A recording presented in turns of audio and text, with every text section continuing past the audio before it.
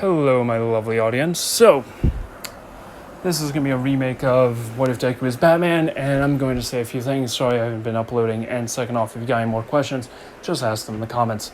I'm also making this a college AU, and also it will start when Deku is 25, so have fun. Anyways, let's get into this, and pretty much, I hope you're all having a good day. Have a good few months. Again, sorry I haven't been uploading.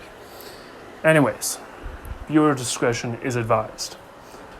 So, Deku is going to be, well, let's start where it all happens, best part of the story. So Deku is going to be made in a lab by Inko Midoriya, who at the time doesn't go by that name. And basically what happens here is this. She is in a pharmaceuticals company that is trying to make the world a better place. Mind you, it's artificial. You can see where this is probably going. Anyways, All For One would want to have an artificial body because extending the limits of a regular human body would be amazing. Let's be honest. If he could extend his limits, that would make him the most dangerous thing in this entire goddamn, universe. He'd be the most dangerous thing ever to exist. And not just that, let me just make this fan start spinning. By spinning, I mean going around in circles so I can actually get some air because I'm fucking sweating my ass off here. Anyways. So. Let's get to this.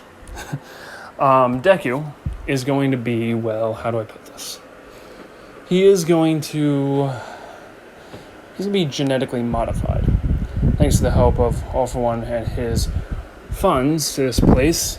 And lots of fun. Also, how do you get word? The underworld has a lot of information that gets passed around. One of which was Deku getting, not Deku, but this place getting, let's see here, artificial life. That ring a bell? That would make anyone come over here. And All For One be very much interested because he can also probably perfect his Nomus if he can't find a host body. So, what ends up happening here is this.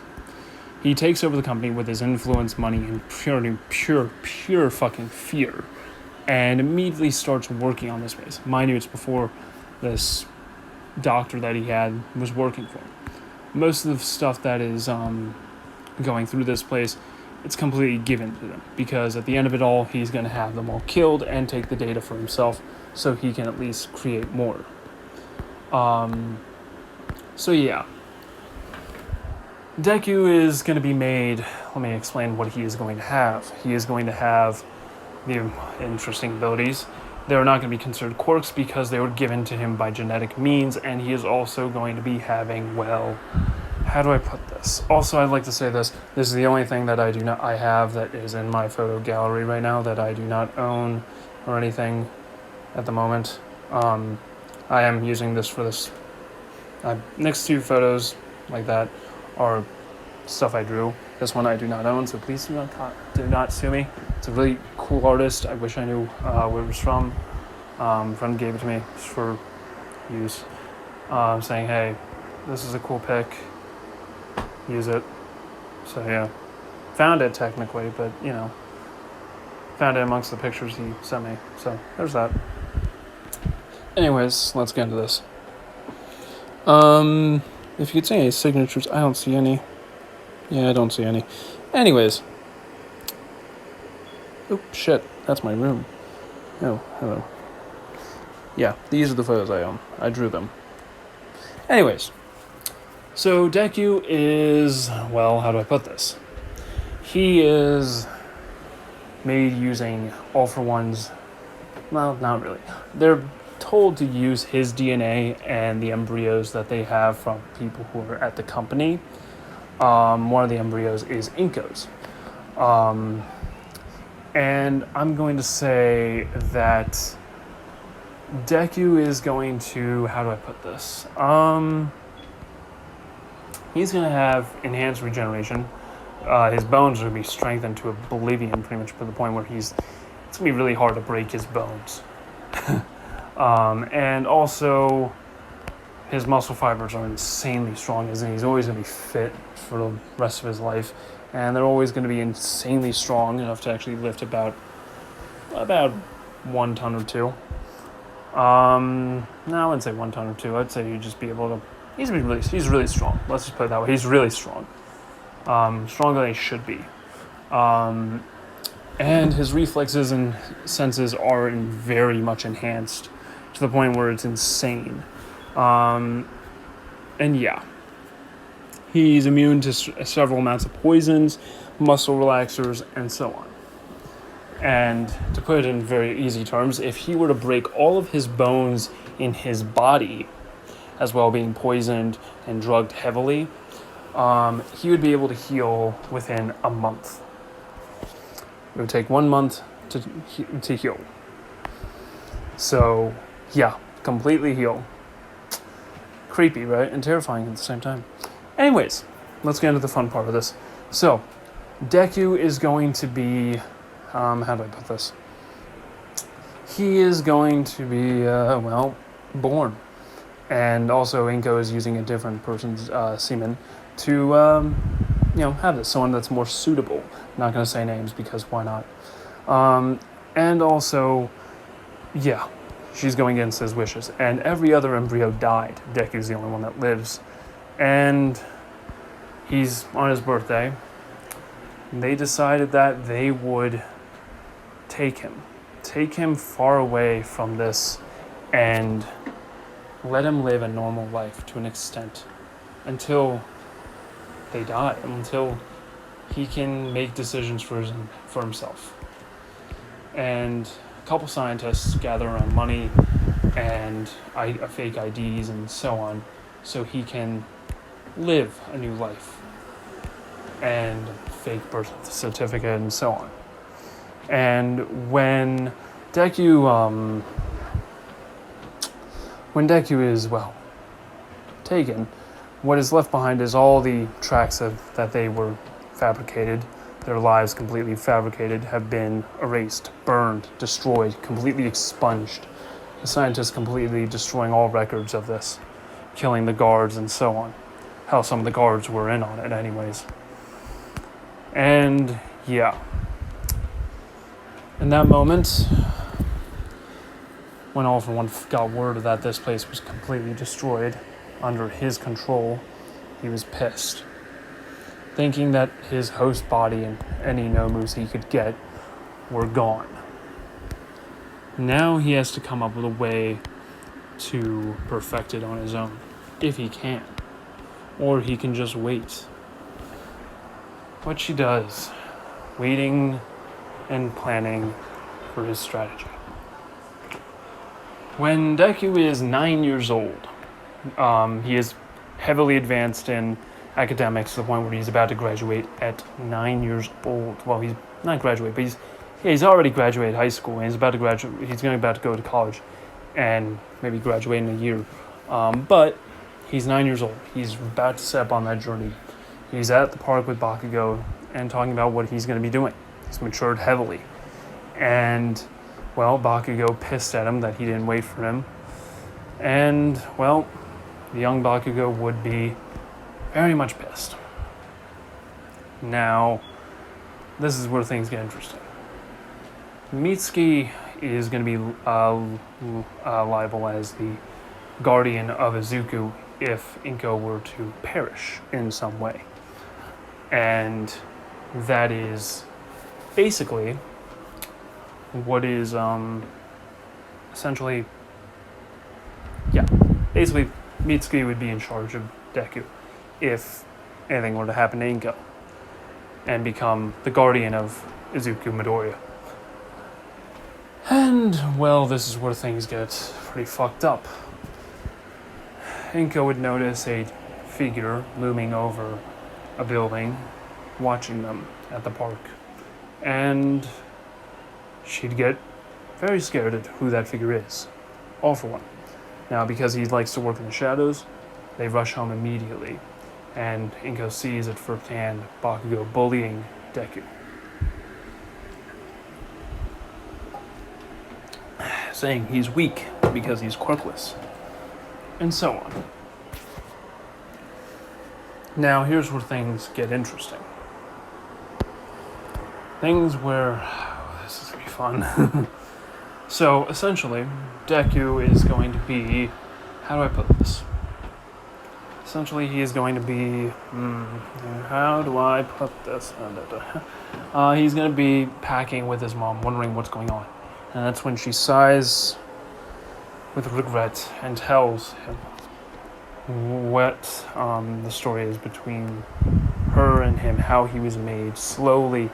And when they heard their doors busted in, they blockade the door to their room and hop out the window.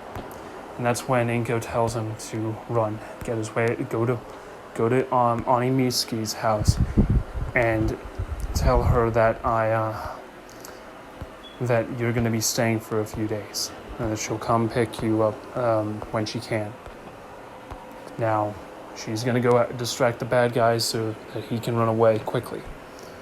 She does that very quickly, saying, "Hey, assholes, over here," and they quickly chase after her.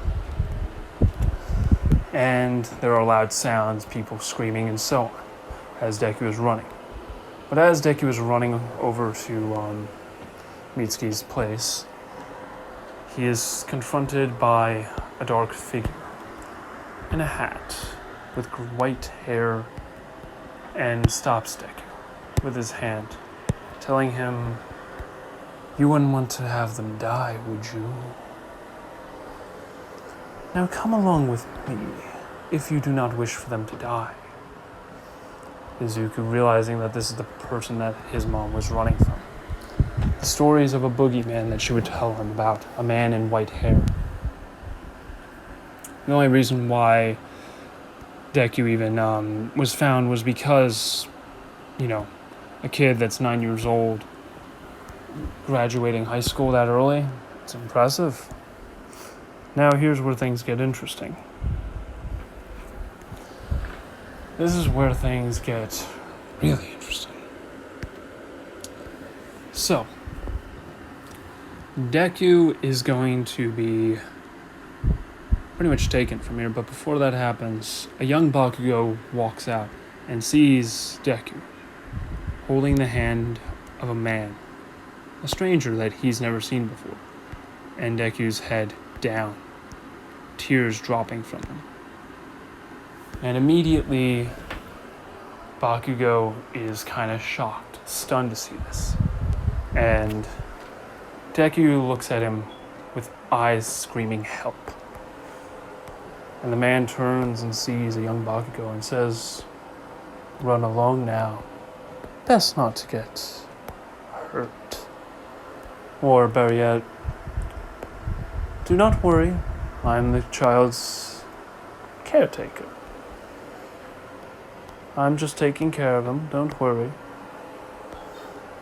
And when Bakugo speaks up and says, "What are you doing to Izuku?" with curiosity in his eyes and a raging, bloodthirsty smile, All for One looks at the boy and licks his lips and says, "I said get, you brat!" As Bakugo feels numb in his legs, he drops to the ground. And as soon as he looks back up, they're gone.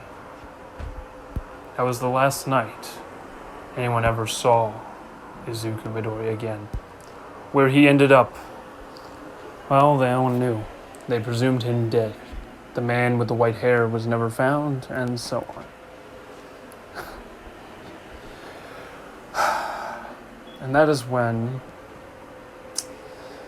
we continue off with Deku and where he ended up. He ended up in an institution, or at least that's where he is, so they can cover up where he ended up. It's easy to scrub names in an institution. Back in the early, late 1900s, as in 1950s, 1960s, 70s, 80s, 90s, you could pretty much send someone to a mental hospital, and it was an easy way to cover up someone's life. Load them up on drugs and basically make it believable that they're a patient there under John Doe or Jane Doe. As in, they have no name, they have no idea who they are, and so on. It was an easy way to cover up people and get rid of someone. It was easy that way. Lobotomizing them and doing that was also another option. So yeah, that is basically how the mafias and rich white folk dealt with their problems. It was really screwed up and messed up back then. And this is what All For One is kind of doing, as in he's not lobotomizing young Midoriya, but he's going to test and see what he can do. So over these 9 years, he is testing him and seeing what it is young Midoriya could do, and what it is that he is capable of. They test drugs, poisons, and so on, gather blood analysis, and try and brainwash him. But the brainwashing doesn't work. By brainwashing, I mean they do electric shock, but none of it ever works on him. Trying to make him submissive towards All For One didn't work. Now, as for what happens with, well, later, with, recording. Are you having Indian food? Yeah. Anyways, that was my sister. Let's get into this. So, Deku is going to be, how do I put it? Deku is going to be, Fuck, I lost my train of thought. Oh yeah, he's going to be subjected to, well, learning how to fight. But before I say more, I would like to say what he heard when he first got here. An inmate told him that this place could either be his foundation to becoming something else, or become his demise. And the only way to make this his foundation is if he lives. It's his only choice. Live or die. It's technically only one choice. It's to live. So, through the pain and agony, he bears with it. Taking blows, throwing blows himself, and learning how to fight. Mimicking martial arts that certain people do. Mimicking how to fight and creating his own fighting style in his cell. And one day, after years of learning from how to be an amazing hacker, how to be an amazing locker, picking a lock, barging in on doors, learning things from all kinds of people in this insane asylum that is meant, it's going to be called Solitude. And it is going to be located on a made-up island called, I don't know, Kukuri. Let's go with that. I don't know where I got that from, but Kukuri Island. Actually, it lines up. Spell it with a C. Kukuri Island. Or Kukuri Island. A cuckoo for Cocoa Puffs. Kukuri Island. And it's going to be like Alcatraz. Now, publicly, there's only 9 sections, which is also known to the heroes and so on. And this place is also under a name called the Heroes Asylum on Solitude, Heroes Asylum.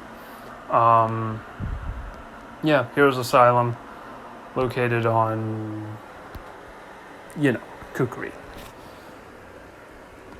Now, heroes and villains go here when they crack or are just insane. So, like, let's say, cracking under pressure, or worse, breaking after years of torture by villains, or even worse than that, going complete psycho after brainwashing and being turned into deranged murderers. Yeah. It also acts as a rehabilitation center for certain heroes if they need,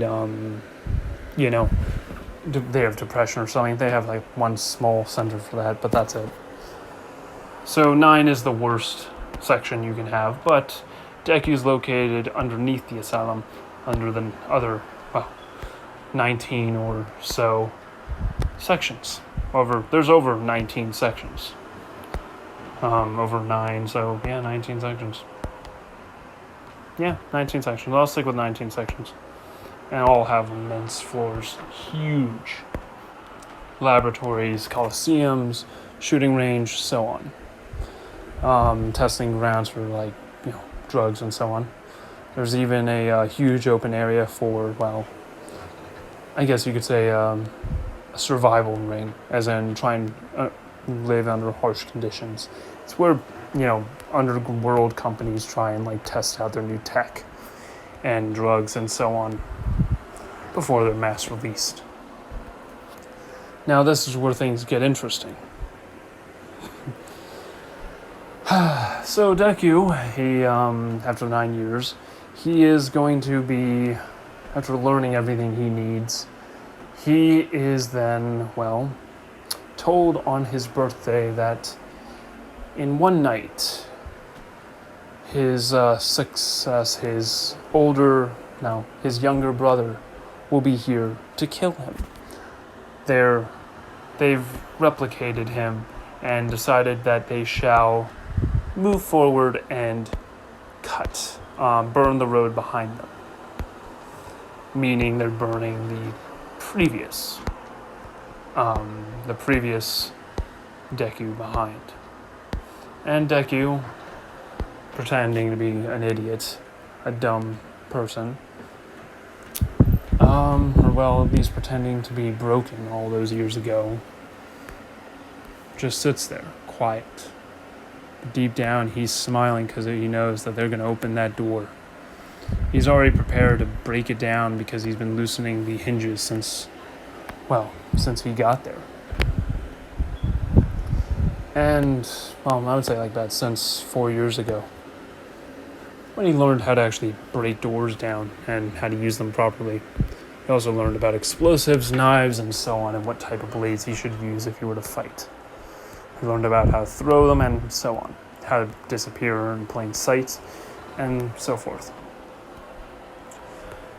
Now, here's where things get interesting. He also learned politics from certain heroes on how to establish a company and so on. For some of the best companies that were created by heroes, he has learned from them in some way or form. And what ends up happening here is this. When Deku, when he goes to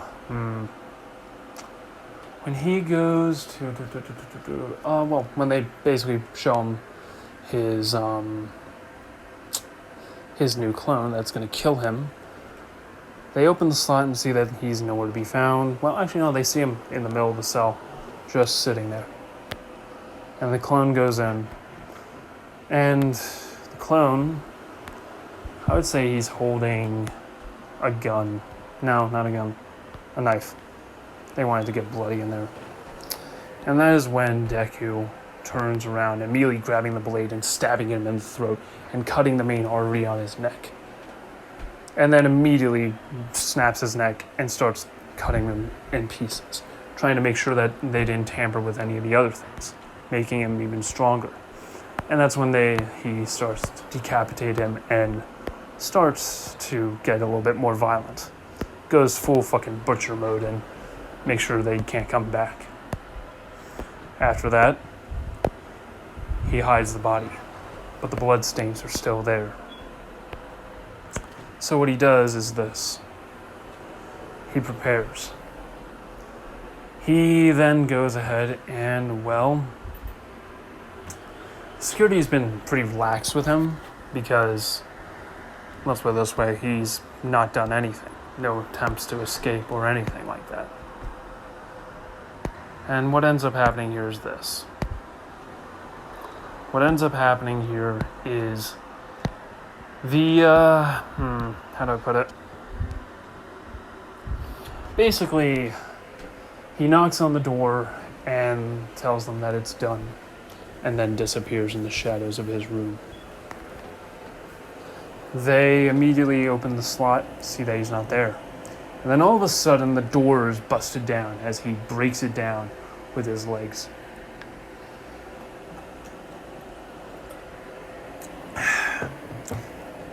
And what ends up happening is next. Basically, he then takes out the guards easily, dispatching them almost instantly. And then destroys, starts taking down the scientists, killing them immediately, making sure they can never come back. And I mean making sure of it. And that's when Deku starts doing other things. He starts burning down the place, destroying it, taking things from every sector and using them. Taking knives and fashioning them to, fit him properly. Breaking plexiglass and taking the straps on his back that are hanging loosely and wrapping them around his arms, legs, and so on to form some form of protection. Taking the mask that they use for basically any Hannibal Lecter, putting it on his face, while also wearing the mask that they would use when he was being electrocuted.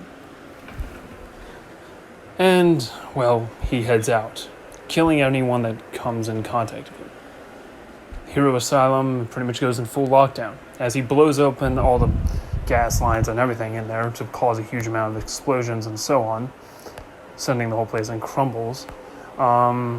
It also reaches the outside because the main gas line was connected to the city's gas line.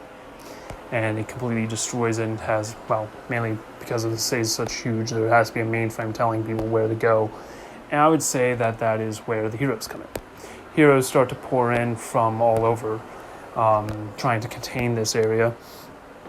And I'm going to say that he sneaks by them, moves past them quietly, while also killing all the scientists and people that would cause problems for later on. Now, what ends up happening next is simple. Deku is making his way out, and he, I would say that he is overlooking the entire complex. And he decides to go to the main control room in the asylum and opens all the doors to the entire complex, having all inmates rush out. All the ones that are low risk, though, are kept inside. And all that are high risk are unleashed. And he uses that as his swarm of bats to make his escape. But as he's escaping, someone had to bring their son to work day.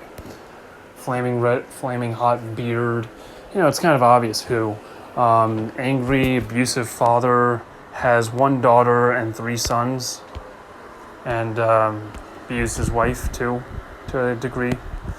Son's eye is burned, looks like a Zuko. We all know who it is. Todoroki is there with him, and he is told to stay at the entrance. Well, horrible idea, because he should have stayed by the gate. Because once the crooks come out, they try to kill a young Shoto Todoroki. And, pretty young, I guess. At least for me, I'm 20. A young Shoto Todoroki is trying to be killed by several inmates. And what ends up happening here is very simple. Basically, Deku goes ahead and, steps in from the shadows, unleashing hell upon the 6 inmates, killing them on the spot, destroying them and just ripping them apart immediately. CCTV cameras catch this, as well as a news helicopter spotting their spotlight on this, watching in awe as he is destroying these villains and cutting them down easily. After leaving his blades in a villain, I would say he still has them. He gets stabbed in the back by one as he looks at Todoroki, eyes full of rage and pain. After he's been stabbed in the back by one inmate that got lucky, because he got lucky, he immediately turns around and cutting his head off, and immediately stabs his blades into the other bodies, making sure that they're dead. And once they're all but worn and torn, he throws them on the ground, grabbing the blade from his back and throwing it into the ground. He then grabs a young Todoroki and gets him out of there, carrying him to safety while a blood trail is being followed by Endeavor. And when Endeavor finally catches up, he finds Todoroki, leaning against a wall with a straitjacket over him. Basically, in a way to kind of, how ambulances, when the paramedics come in, they take someone who's been through some sort of trauma or anything, and they put a blanket over them like that. It's like that, as a way to comfort them. And what ends up happening here is this. Endeavor looks at his son's eyes and sees that they are filled with fear as he slowly points to the figure, shaking. And that is when Endeavor sees him on the edge of a ledge, a cliff, with water splashing below. News helicopters all but flown away now. This is all Endeavor's what he sees. And Deku, looking up, reaching for the moon, and then just holding his hand and squeezing it, thinking he will make them pay, every last one of them. And that is when nothing but his pants and, well, his helmet. He looks at Endeavor with eyes brimming with pure fear, as in basically scaring the living shit out of Endeavor. And Endeavor taking a step back, readying his flames. But realizing he's about to jump, Endeavor says, "Wait," and rushes towards him. And that's when Deku leaps. And when he leaps, Endeavor, runs up to the cliff. And when he looks down, he sees nothing. Disappeared without a trace. And what ends up happening next is this. What ends up happening next is, well, after that incident, rumors circulate. News stories were published. An interview with Endeavor was published about the incident and how he would never let anyone harm his kids. Having Endeavor turn over a new leaf at this point, where he will now try to focus on trying to do certain things. And I'm going to say that he I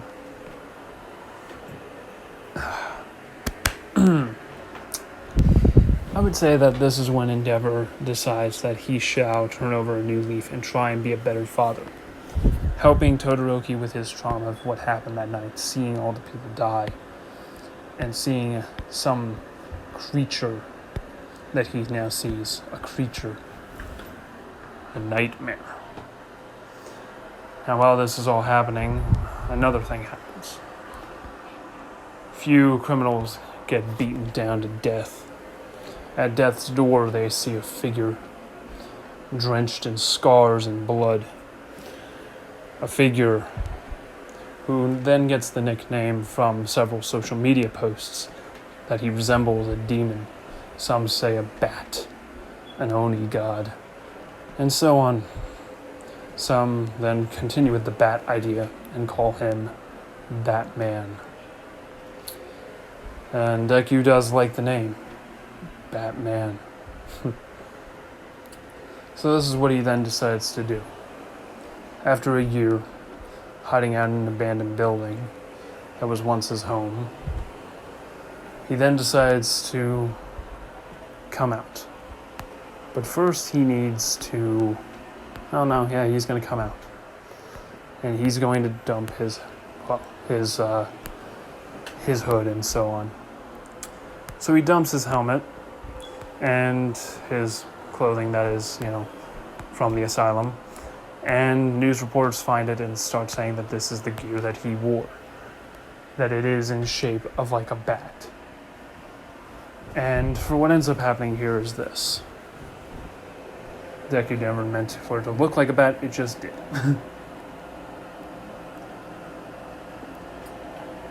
Later on, everything at that institution was uncovered. Dark secrets of deranged experiments conducted by madmen. Weapons are now on the street and are very lethal and dangerous. And the police are trying their best to contain it. Also, while he was breaking out, he was in cuffs, so when Deku was breaking out, he was in cuffs, so that's why there's cuffs that are broken. So, yeah, he broke free from his cuffs when he was restrained. Anyways, this is where things get interesting. So basically, after a year, Deku comes out of hiding.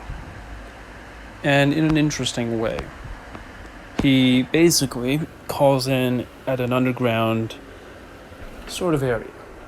As in, he slips in with a cargo supply of, people who are being trafficked around and used and abused. I think you can understand where this is going. I'm not going to say anymore. And he basically does an anonymous 911 tip and basically hides out, pretty much hangs out in that cargo, waiting. When the police arrive and they take everyone into safety, he is taken in, and people's names start popping up. People who were disappearing from ages ago, years, 10s, 20 years ago, and even 30 or 40. Corpses and all kinds of things, weapons as well. Biggest bust in all of the police days. And what ends up happening next is this. Deku's name was the most surprising. He was presumed dead.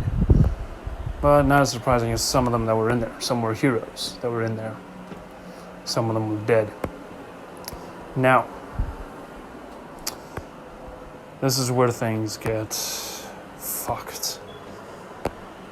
So, Deku, he is going to be, the only people that could contact were his new legal guardian. Well, not new, but you know what I mean. The legal guardian that was appointed to him by Inko. Mitsuki. Now, Mitsuki was looking for him for 3 years, but stopped because she just had to accept it. There was no traces. The tracks ran cold. You know what? No. I'm going to say that she never stopped looking. She never once did. And when they finally found Izuku, she immediately got up and rushed over there. Bakugo and Tail. And when they saw a young Izuku, who is much more built and more well-toned and, covered in scars, Bakugo immediately recognized him. And he hated himself, seeing those scars, thinking what he went through. Knowing that he could heal fast, always as a kid, thinking he must have had a quirk, but when they told him that he was quirkless, that he just healed fast normally, it was remarkable. But still at the same time, the fact that those scars still remained and he could heal so fast, it hurt Bakugo's pride because he wanted to grow up to become a hero. Well, here's the thing. When he saw Deku and those scars, he could have called for help when he saw that. He could have dialed 911, he could have done something, but he didn't. Instead, all he could do was watch as his friend was being taken away. And when Bakugo walked in and saw him, and they both looked at each other, Deku smiled. And Bakugo realized something. Those eyes were the kind, still gentle eyes of Deku. His kind eyes, so bright and green. And that is when Deku is taken home. To his new home. Gets a spare bed, sleeps on the couch for a bit, but while they prepare his bed. And I would say that Bakugo would insist that he doesn't sleep on the couch. That he instead sleeps in Bakugo's bed, because it's the least he can do. And for what ends up happening next is this. What ends up happening next is Deku... how do I put it? Deku is going to be getting a bit of quote-unquote therapy. They want to see how badly he is. But they see that he's doing fine. They don't really see a need to. And he just, tells them what he remembers. Years of pain and so on. But after, a while, they see no reason to continue therapy, mainly because Deku seems completely fine. Sane and everything. And, well, what ends up happening here is this. After a few more nights, because they have to get a few things ready for the bed, because they didn't have enough sheets and shit, Deku and Bakugo are sharing a bed together. Don't hate it, just enjoy it for a second. And Bakugo notices something. The way how he sleeps is like he's isolating himself in a way. Like he sleeps without a blanket and without a pillow. And Bakugo just thinks that it's just how he's used to it. All the pain and years of it all. And he immediately, he hugs him. Deku wakes up to this, but doesn't do anything. And just lets it be. And the next few days, he is then given IQ tests and so on to see how he is. He still holds that IQ, but is way more advanced, honestly. much, much smarter. And for what ends up happening next is this. Deku is free to pursue his life however, but he is under the care of Mitsuki because, he is, still technically needing some proper taking care of, and also he has no place to stay. So he quickly decides to fix that. Using the knowledge he knows about how to manage politics and companies and so on, Deku starts investing money that he has, he quickly gathers within the span of a year. Quickly gathers a huge amount of money, and money he gets from his birthday. And quickly on his birthday, he gets, how do I put this? He spends all of his money on, how do I put it? He spends it all on, buying stock. Huge amounts of stock, in fact, enough to actually the point where he actually owns a few companies and completely bought them out. And they were only small-time companies, but he still bought out a huge amount to form a huge and big company that rose from the ashes of several others, about 25 to be exact.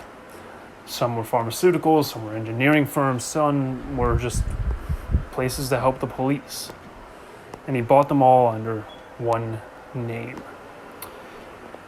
Company name, let's see here. What shall we call? Well, you know what? I'll leave this blank. For anyone that is watching, type down in the comments what you would want his company be named.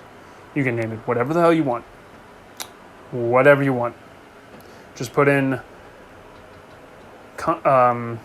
company, 2 dots, and then what you want. And I'll pick a good name from those. All right. So, this is where things go. So, Deku is going to be, how do I put it? He is going to be, he's bought all these companies out, and, he decides that he shall start making some money. And he has a goal in mind for what they're going to do. He starts investing into certain types of prototyped armor and stuff that can help people. Building, medical areas, doing trust funds, so on. Raising money to help both themselves and other people. And completely just pretty much making a shitload of money just by having the company make a shitload of, military cruisers that would help the police with... I know my voice is changing a bit mainly because of the angle. But he has them make military cruisers that could prove to help the police in containing villains, and also weapons to contain villains, as well as restraints, and also transport heroes if they were to be injured. An entire hospital designed to help heroes. Some of the tech that he has is so highly advanced, it is basically everyone is looking for it, looking for the blueprints and so on. But he pretty much makes it impossible because of how much he's buying out even more companies that even try to look for him. He's become the boogeyman of companies. And at this moment, All For One wouldn't dare go for him because he is in a coma right now because of how badly he fought with All Might. And this is how bad it went. So the injuries are a bit worse on All For One's part, mainly because he was so stressed and kind of pissed off about the whole incident. And it put him behind a lot because a lot of the Nomus were there too, and a lot of his work was there. And also the doctor that was in charge of making the Nomus wasn't at the hospital, so thank God, but that's about it. Anyways, so this is where things get interesting. Deku basically hacks through huge amounts of corporations trying to find out files and how they're going to be doing things, and kind of just, gets leverage and buys out companies, acting like a true corpo. And what ends up happening here is this. Deku decides that he shall make his own office, one that he can live in. And he does this within a year, mind you. So he should be about 22? Yeah, 22 or 23 when he does this. And he has his own office. And he's making the Times, and pretty much, he's basically making the Japanese Times version, or whatever it is. Basically, the papers are going off about him, as well as news programs are talking about him. The youngest billionaire, soon to be trillionaire, because of how many companies he's starting to own. In fact, he's actually owning sportsmen's and commercials all over the place, and they're advertising stuff like just insane stuff. Basically, Bakugo's house has also been upgraded to a resort condo, and Bakugo has been given a huge allowance by his brother. And what ends up happening here is this. Bakugo kind of sees Deku in a light that he never thought he could. And what ends up happening here is this. Deku decides that he shall... How do I put it? He shall, when he makes his office, he shall also make his new cave, so to speak. And by cave, I mean it's going to be underneath his office. He makes the last floors. One floor that is his safe room, as in like his in case that people were to rob this place or hit it, he has a room that he can go into that is like a bunker. That is fitted with an elevator. After about a year of remodeling it himself and sneaking it into the main elevator shaft, and covering that up on his own, he is able to make an entire secret underground... No, fuck it, he's just going to have it underneath his office in his, like, little private elevator that was made by a few construction workers to basically be his home away from home. And they made it quite big. And the blueprints do not show this. He actually asked them to not have it, so that way that if someone were to break in, they had the blueprints, only he would be able to know where it is. And for what ends up happening, here's this. Deku basically lives in his office. There is a bed that's behind his, that is in a little area in his office that he sleeps in. And then there is a bed in his underground, his one that's right underneath his office. And it is made of alloys that are completely unbreakable. And pretty much it's an impenetrable fortress. And basically what's in there, he has completely customized it himself to be his new home. And decides that he shall make his new suit. Which would be this. This would be his new suit. Mind you, it took me a fucking long time to make this. It's more upgraded and more advanced than his other suit, in a way that it is not an asylum suit. And it actually has a cape that is blast proof and so on. So when Deku is, when he decides to test this thing out, he decides to go out in the world and test it out, using knives that he thought were quite nice. And when he decides to go out in the world with this thing, he is immediately recognized as what was seen a few years back. And he starts using a calling card, creating a bat symbol. Every time he takes down a few criminals, he leaves a bat symbol behind. And people start calling him as the Batman. The Batman has returned, utilizing knives to cut down foes and so on. And this is when things get interesting. Deku decides that he shall be going to UA. And he brings this up with Bakugo, who would also be who's wanting to go to UA. And this is where things get interesting. Bakugo immediately tells him that he shouldn't be going to UA. He's quirkless. What can he do? And Deku just laughs. And he says that he's right. What was he thinking? And immediately, after eating, he leaves Bakugo a bit of a present, as in it is something he was working on for him. It was a couple of gauntlets that are mini gauntlets, which honestly I think would be a lot better for him, that are his hand grenades. And they're made to even not contain more of his sweat, but more like utilize them in a way where they could completely destroy anything in his way. And he called it as his he told him that it is his personal gift, something that he is going to be trying to help with, like his new site to his company, like a new part of his company, one that is developing gear for heroes. And this is where things get very interesting. And how interesting, may you ask? Well, it's very simple. He is going to be basically, he makes a bunch of hero gear and starts selling it. And he decides to make a very generous donation to someone. I gotta draw a better ear and later add another ear to this because it looks like he has just one ear. It doesn't look fucking right at all. It's pissing me off. Anyways, so yeah, Deku is going to be, how do I put this?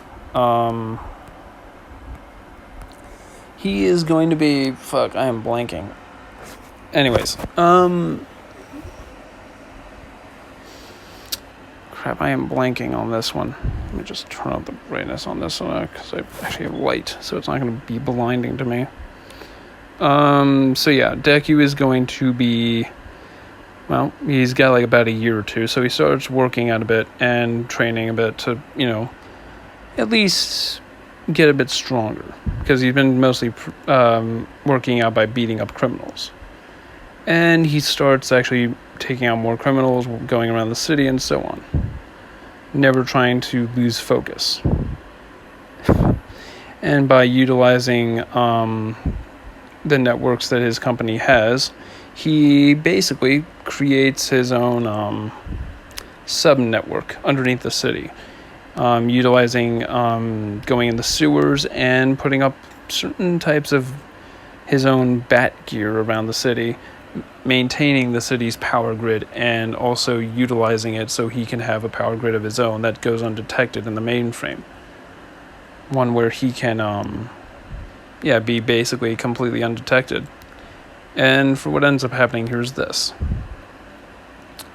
Deku is going to be, how do I put it?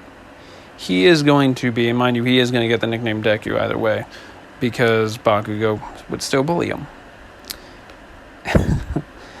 Now, here's where things get fun. He builds his own bat computer, where he uses to analyze data from around the whole entire city. And what he ends up doing is this. He ends up finding stuff on the underworld, on some private channels that he has bugged privately, because he got the internet. He also probably got sub-network on the internet as well, so fun. Anyways, power-wise, he's also got internet, so yeah, completely it's like the city is talking at this point, basically, because if someone were to try and track where he is, it's going to mark the whole city because it's coming from the whole city. That's where every message of his comes from. And this is where things get fun, very fun. When when word gets out that there's a huge villain gathering, Deku decides to go there. But not go there at the same time, as in he hacks into the cameras there. And he finds out what's going on.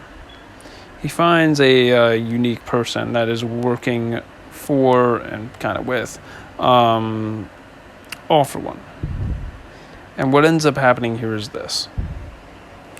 What ends up happening here is Deku, how do I put it? Deku, this is itchy, hold up.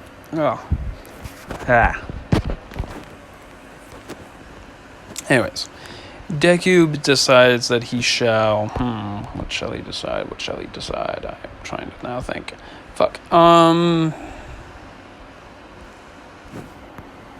Let's think here for a second. He uses security cameras and he decides that he shall start thinking about how he's going to do things. Shall he go to UA or shall he go to UA with this information or so on? So he decides to try and get into UA without much problems. And by problems, I mean, like, how do I put this? He tries to get in there without showing his true strength.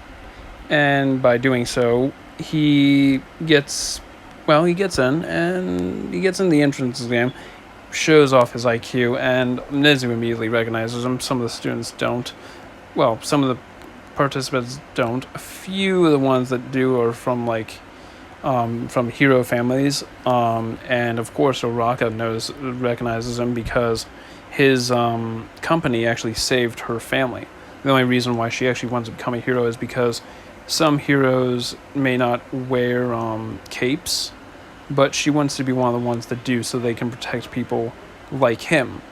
So that way that she can be more,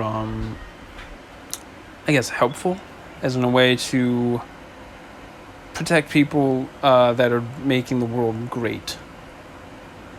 And what ends up happening here is this. Deku is going to be participating in the entrance exam, and I am going to probably leave it off here. No. I'm going to say that for the practical exam, he basically makes it through pretty far, as in he gets to the, what's it called? The robots, and, well, I'm going to say that he completely destroys some of them without even having them notice him. But yeah, no, he does. They do notice him. He just punches into their circuitry and rips it out. And he takes down smaller ones enough to accumulate enough points. And when he is, when he gets to, what is it called? He accumulates enough to actually get into a pretty good, class. Like Class B, but that's when he decides to, when he decides to save Uraka. He gets there pretty quickly, faster than most people could, and immediately dodges everyone that was in the crowd, not bumping into anyone at all, and even passing by Ida. And by passing, I mean literally just, he was going the other direction, but he dodged away from him. He cut him off, but got past him pretty quickly. And for what ends up happening next is this. What ends up happening next is Deku being Deku. Let's see here. How do I put this?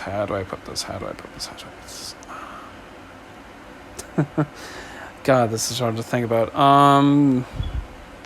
Didn't really make it this far when I was thinking about it. But let's see here. I'm going to say that Deku... I'm going to say that he saves her and then carries her on his back and gets her to safety enough to, for Recovery Girl to basically come out and heal her. And that's when, the test is over. Deku pretty much took out enough robots and helped a few people out, as well as saved someone. And when teachers actually see this, that someone without even a quirk did this, was impressive. And I would say that Aizawa would be quite impressed because of one reason. He was utilizing his own strengths, something that a lot of heroes may do. Mind you, everyone's the same age, so don't chill. By the same age, I mean like the main villains are like a bit older, but everyone's basically the same. So yeah. And basically here's the thing.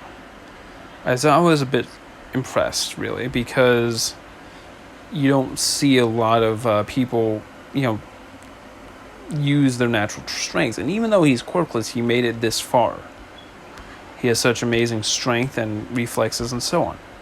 And he thinks about training him. Lovely. A new master. And this is where things get fun.